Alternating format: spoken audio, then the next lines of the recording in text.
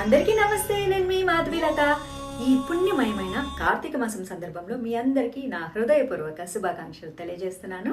అలాగే ఈ పవిత్ర కార్తీక మాసంలో దీపదానం చేయటము, అలాగే దీపారాధనలు చేయటము, శివనామ స్మరణం చేయటము మనకైతే శాంతిని, పవిత్రతను, ఆత్మశుద్ధిని కూడా ప్రసాదిస్తాయి.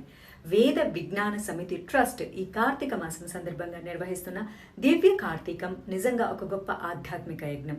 ఇందులో దీపోత్సవాలు, దీపారాధనలు, శివారాధన, కిట్స్ పంపిణీ, బ్రాహ్మణులకు స్వయం పాక దానాలు లాంటివన్నీ పుణ్యకార్యాలే. పైగా ఇవన్నీ ఆదరణ లేని, ఆదాయం లేని చిన్న చిన్న ఆలయాల్లో నిర్వహించడం ఇంకా ఇంకా పుణ్యం.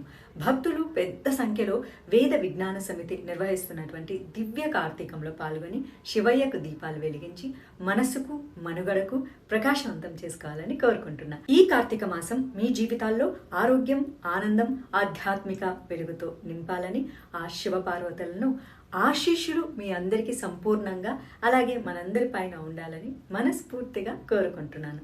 ఓం నమః శివాయ.